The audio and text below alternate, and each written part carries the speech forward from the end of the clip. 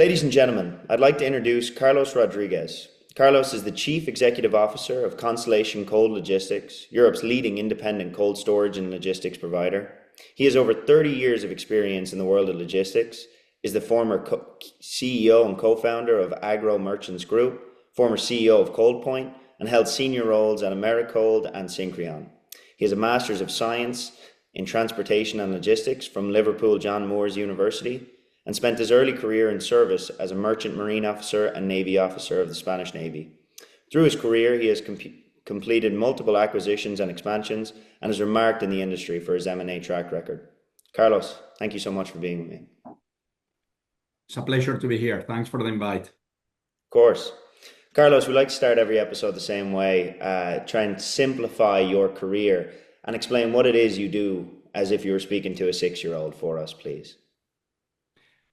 Sure. So, if I am talking to a 6-year-old, we have to keep it very simple. And I would say, for that sort of audience or even a bit older, my role is really coordinating, managing people and trying to bring, talent and different skills of people together to be able to, yes, to provide, the service or the scope that a logistics company does. And that mainly involves, as I said, bringing different pieces of knowledge and skills together in order to, provide a service to our customers. So would be the most simple way that I could explain it. Yeah, no, I think that's a great explanation. If I could push you on I think for our audience to explain exactly what is cold logistics, and what does that world look like? Sure, of course. So, within temperature control logistics, there is a wide range of activities and services within Constellation. That is, as you mentioned, the company where I am the CEO. Of the whole supply chain, we mainly focus on activities that happen within the four walls. So we have big warehouses, distribution centers, all of them temperature control. So we store food that requires frozen temperatures or chill temperatures. And also we do some transportation in some countries or specific locations. That is one part of temperature control logistics. There are other components. You have freight forwarding, air shipments, you have sea transport, etc. So in order to cover all parts of the supply chain, but within Constellation, we are focused, as I said, mainly in the four walls operations and also some transportation. Now, within the four walls operations, there are a wide range and variety of things that we do.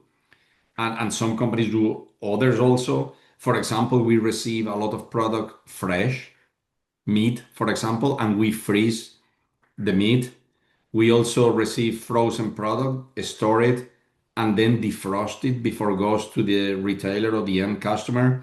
We also do some repacking activities, picking activities of bulk. We go from bulk product into a small consignments, and all of that at large scale. Like we would have, for example, in a facility, we could have 50, 60,000 pallets of frozen French fries. We could have 30,000 pallets store of frozen fish, etc. So we, at least in our business, in our company, we cover almost all type of food products. Incredible. Yeah, it sounds. I'm sure it's very simple storing and moving all those products. Huh? You've definitely picked the simple and easy things to do logistics for. It seems.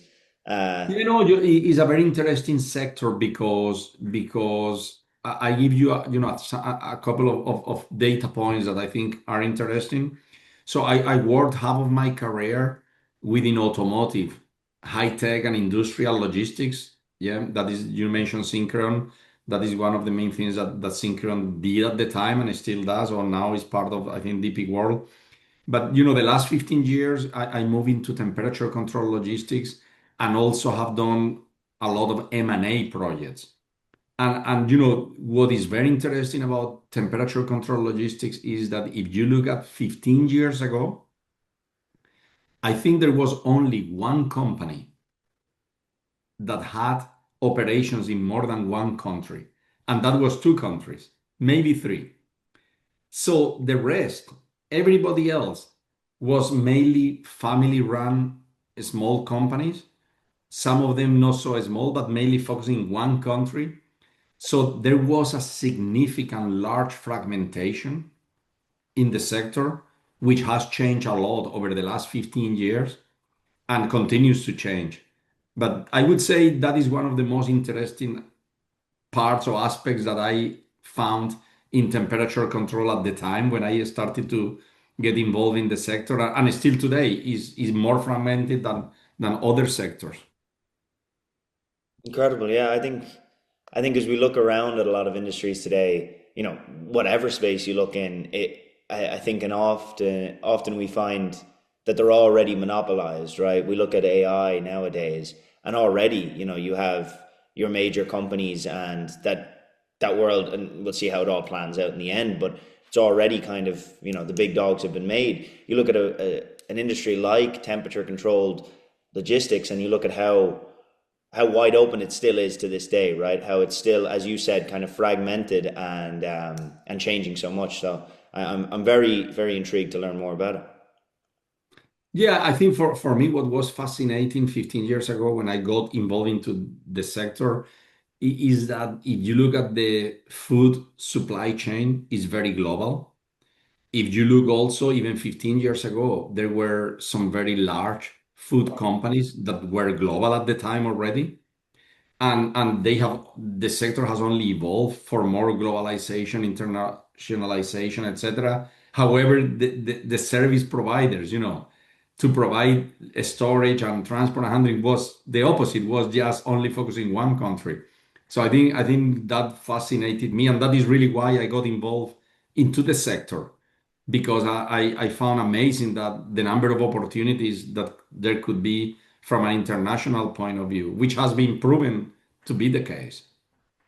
Yeah, without a doubt. No, I think that international aspect, as we look at a world that obviously throughout your career, and I think it'll continue as my career starts and continues, that is ever changing and becoming closer and closer. It's incredible to see kind of the global changes that come to different worlds, especially logistics specifically, right? You guys, global is kind of goes without saying when you're talking logistics. Global is it has to be at this stage. From there, I'd love to kind of touch on, you've obviously had an extensive and long and successful career, as you touched on, in logistics in general, and then specifically in the last 15 years of cold logistics. If you could really, look internally and tell me, what is it that you are extremely good at? What are the skills that you have? What are you good at? Well, I'm not sure I'm good at anything. I would say if you ask me, why do you think you have been, relatively successful in your career, especially the last 15 years? I would say I would keep it extremely simple, and I think it's mainly being able to deal with many people at different levels and cultures. And I think that has been critical. It's critical, of course, to be the CEO of a company, but also is critical when you are dealing with, expansions, greenfield projects, M&A, and basically trying to, like in agro merchants, my previous job, we started with a blank piece of paper. And after 8 years, we had business in 11 countries, ranging from Chile to Australia, and quite a few locations and facilities across the US and across 6 European countries. So in order to do that, and I think today is a big part of what I do, not only M&A, but being able to deal with people, from different levels, cultures, etc. I think that is one of the main reasons why I have been, I would say, relatively or successful in my career. I am amazed that still these days you find many people that are great and very good at what they do, but if you take them out of one country and culture, they just struggle to deal with other people from other countries. And when you work in an international environment like is logistics and supply chain, yeah, I think that's yeah, I would say the main reason why I think I have done relatively okay. Yeah, you touched on a lot there, your experience with M&A, mergers and acquisitions, and how that's shaped a lot of your career and, in recent years. And how, what have you learned from all of these, different mergers and acquisitions, and this may be layman terms, but what makes a successful merger or acquisition, opposed to an unsuccessful one? Yeah, I would say, I have learned a lot, but I am still learning a lot. Even, we signed last month two transactions within Constellation. We are very close to sign one more that is going to be super important for the business. I'm learning still with all of them a lot. And and I think the most fascinating thing I think is that every transaction is different. I have been involved in 30 plus M&A transactions or deals over the last mainly 15 years, and everyone is different. Everyone has different, in some of them, there is some complications from a legal point of view, others from a financial point of view. In other cases, you are dealing all the time with different human beings. And it's all very emotional, especially, there are different types of M&A. Most of the ones that I have been involved over the years involves family businesses. So, it doesn't involve, acquiring two or three very large conglomerates or companies and putting them together. I would say that is a different type of M&A. The one that I have been involved and continue to be involved is mainly, independent businesses with one or two logistics centers, mainly family owned.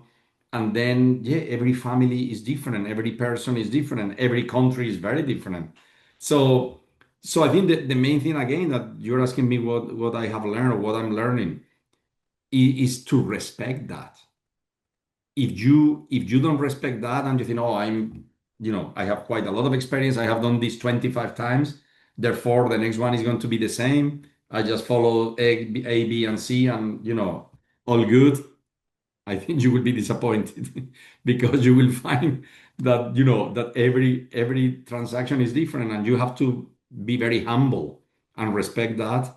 And if you do, I think you get there.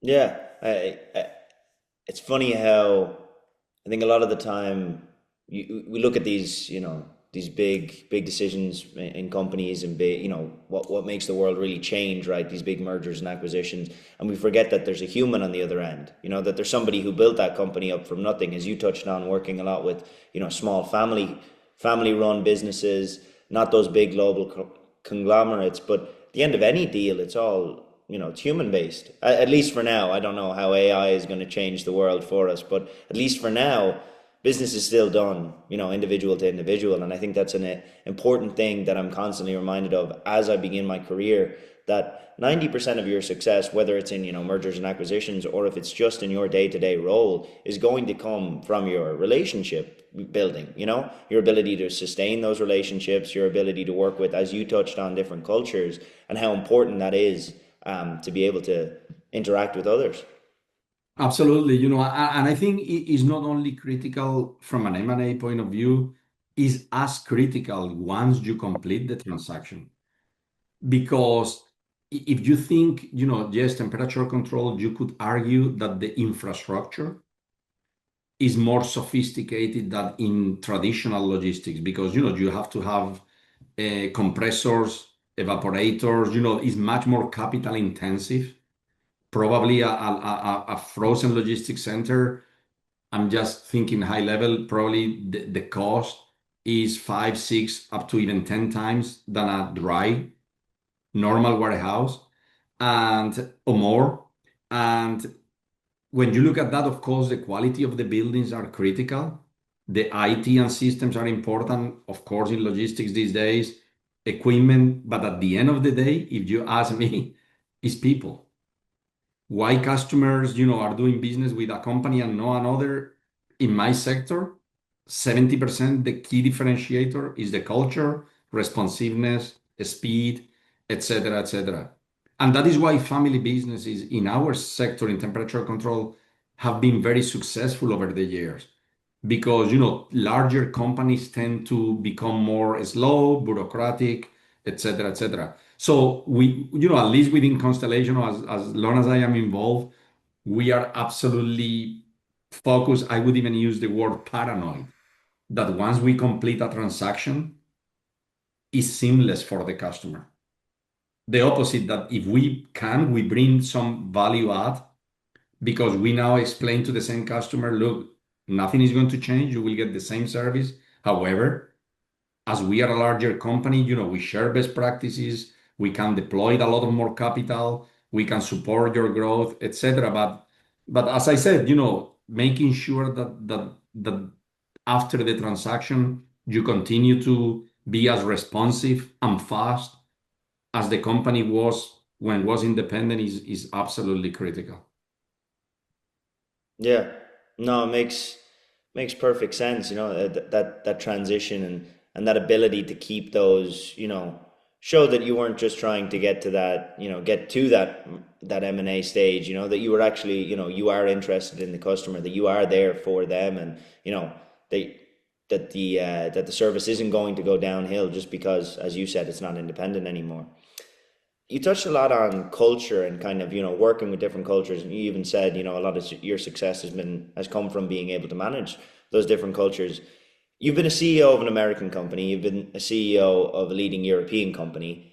As you said, you've had businesses stretch from all the way to Chile.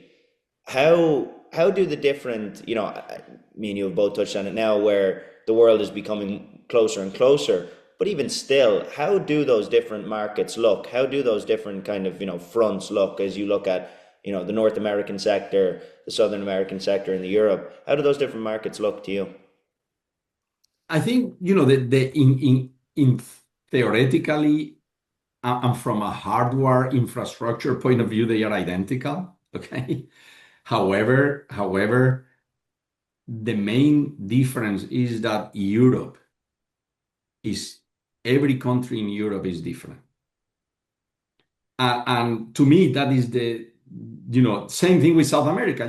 Most countries in South America are very different between each other. And and that is something that people tend still to these days to underestimate significantly. And I cannot comprehend how in this day and age with so many clever people, degrees, PhDs, books about almost anything, still you see time after time that people don't understand that every European country is different. And you don't even have to compare Ireland with Russia or Poland, or you can even compare Ireland with England. You probably know this because you're heritage, but but Ireland is very different to England, and they are both great countries, but you cannot want to operate exactly in the same way. And then if you go to, you take longer distances within Europe, is the south of Spain is very different to the north of Spain, even within the same country. And yeah, that is something that still fascinates me, how much people underestimate that complexity, because at the end of the day, brings complexity to your business. Right. As you said, you're still working with people. So, and you touched on heritage in that there.